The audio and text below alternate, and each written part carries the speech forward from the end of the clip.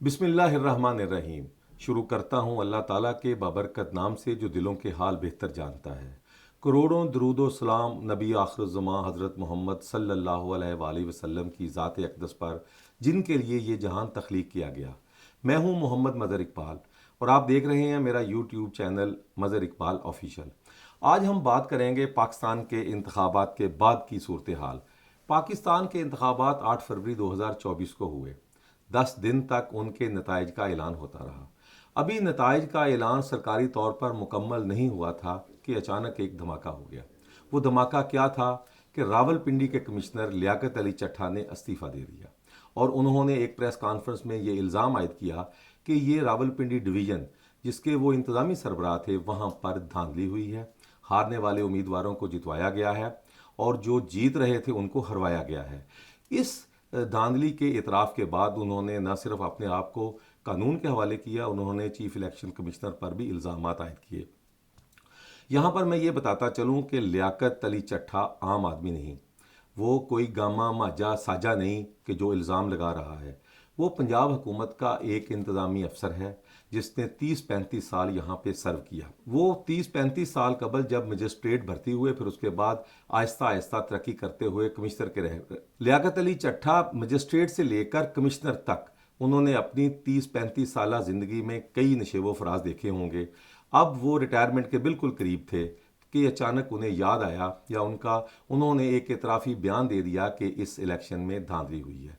बेहतर तो ये था कि जिस दिन ये काम हुआ उनको इसका पता चला, वो उसी दिन मुस्ताफ़ी हो जाते तो इसके नतायज और होते।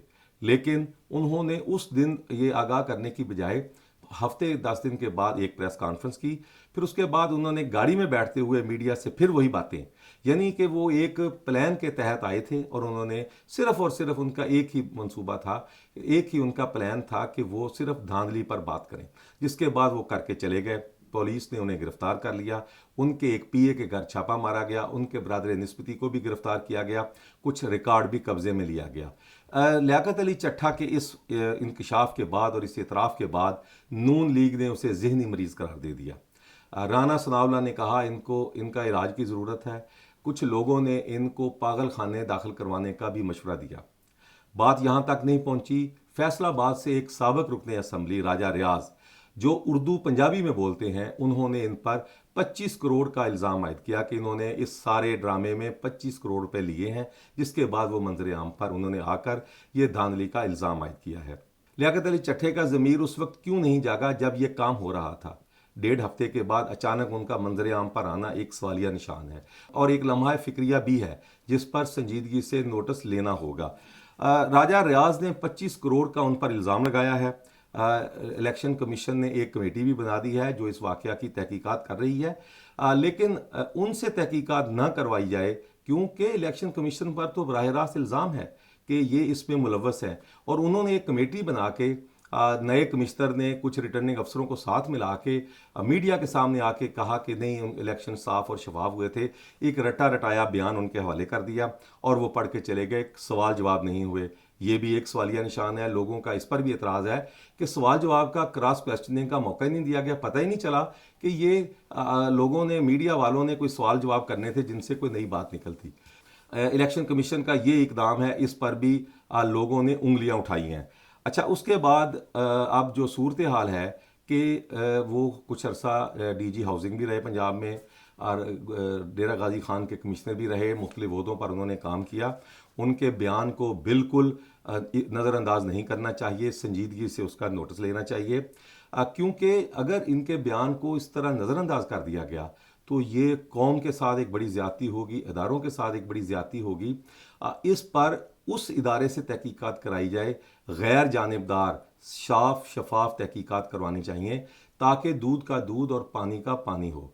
वरना तुम्हारी दास्तां तक भी न होगी दास्तानों में, क्योंकि जो हालात इस वक्त हमारे जा रहे हैं कि अभी तक कई दिन गुजर चुके हैं, बल्कि कई हफ्ते गुजर चुके हैं, अभी तक कोई जमात को वाज़ेह मैंडेट नहीं मिला। हुकूमत साजी की तमाम कोशिशें अभी तक नाकाम हैं। इन हालात में कमिश्नर रावलपिंडी का इस्तीफ़ा, फिर उनके इल्ज़ामात, इस पर एक जुडिशल कमीशन बनना चाहिए। जुडिशल कमीशन के नतायज साफ शफाफ तहकीकात हों, फिर उसके बाद जो उसका नतीजा सामने आए उसके मुताबिक कड़ी सज़ा मिलनी चाहिए। اگر لیاقت علی چٹھا ان کے الزامات غلط ہوں تو انہیں کٹہرے میں لایا جائے، ان کو قرار واقعی سزا دی جائے۔ اگر ان کے الزامات درست ہیں تو پھر الیکشن کمیشن جس نے یہ الیکشن کروایا ہے ان کے ساتھ یہی سلوک کرنا چاہیے جو ہم لیاقت علی چٹھا کے ساتھ کرنے کا مطالبہ کر رہے ہیں۔ اچھا، اب میں ایک اور بات کرتا چلوں کہ ہمارے ہاں جب بھی الیکشن ہوا ہے اس پر انگلیاں اٹھی ہیں۔ 2013 میں 35 پنکچر کی بات کی گئی، 2018 میں آر ٹی ایس بٹھانے کی بات کی گئی، 2024 میں اب یہ پہلے رزلٹ نہیں آ رہے تھے، انہیں تبدیل کرنے کے الزامات عائد کیے جا رہے تھے۔ مختلف سیاسی جماعتیں احتجاج پر ہیں۔ سندھ میں گرینڈ ڈیموکریٹک الائنس، سندھ میں بہت بڑا انہوں نے گزشتہ دنوں مظاہرہ کیا دھاندلی کے خلاف۔ پیپلز پارٹی پنجاب کے پی کے اور دونوں صوبوں میں دھاندلی کا الزام عائد کر رہی ہے۔ نون لیگ پشاور میں اور دیگر ایک صوبے میں دھاندلی کا الزام عائد کر رہی ہے۔ خیبر پختونخوا کے علاوہ جو تحریک انصاف ہے وہ دیگر صوبوں میں اور مرکز میں دھاندلی کا الزام عائد کر رہی ہے۔ ان حالات میں الیکشن کمیشن کی جو کریڈیبلٹی ہے وہ پہلے ہی مشکوک ہو چکی ہے۔ ہمارا ہمسایہ ملک اگر ہم بھارت کی بات کریں، ان کا جو الیکشن کمیشن ہے اس قدر مضبوط ہے کہ اس پر آج تک کسی نے انگلیاں نہیں اٹھائی۔ ان کی قومی اسمبلی جس کو لوک سبھا کہتے ہیں، ان کے مرحلہ وار الیکشن ہوتے ہیں۔ ان کے ریاستی الیکشن جو ہمارے صوبائی اسمبلی کے الیکشن کے برابر ہیں، وہ الیکشن ان کے ہر سال میں 2-3 اسمبلیوں کے الیکشن ہوتے رہتے ہیں، کبھی اس پر سوال نہیں اٹھا۔ ان کی قومی اسمبلی کا الیکشن مرحلہ وار ہونے کے بعد ایک دن دیا جاتا ہے کہ فلاں دن اس کی گنتی ہوگی، الیکٹرانک ووٹنگ مشین کے ذریعے ان کی گنتی ہوتی ہے، جیتنے والوں کا اعلان ہوتا ہے۔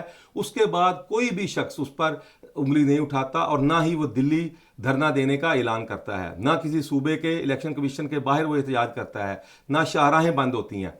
ہمارے الیکشن کمیشن کو بھی اس طرح کا سوچنا چاہیے۔ یہ ایک ٹیسٹ کیس ہے لیاقت علی چٹھے کا استعفیٰ۔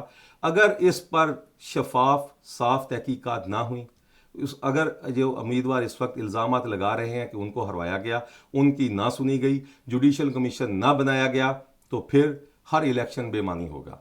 میری آپ سے درخواست ہے، قوم سے درخواست ہے کہ وہ صرف ایک ہی مطالبہ کریں کہ جوڈیشل کمیشن بنایا جائے، لیاقت علی چٹھے کے استعفے اور الزامات کی تصدیق کرنی چاہیے، تحقیقات کرنی چاہیے، اور جو لوگ اس میں ملوث ہیں جو بھی، ان کے خلاف سخت کارروائی کرنی چاہیے۔ جھوٹ کا جھوٹ، سچ کا سچ سامنے آئے تاکہ ہم آگے بڑھ سکیں، ورنہ یہی حال رہے گا۔ ہر 5 سال بعد الیکشن ہوں گے، جیتنے والا بھی حیران ہوگا، ہارنے والا دھاندلی کا الزام لگائے گا، لیکن آگے ہم نہیں بڑھ سکیں گے۔ ہمارا اس وقت کوئی بھی ادارہ ایسا نہیں ہے جس کی کوئی کریڈیبلٹی ہو، جس پر لوگ رش کر سکیں۔ ہر ادارے کے کردار پر انگلیاں اٹھائی جاتی ہیں۔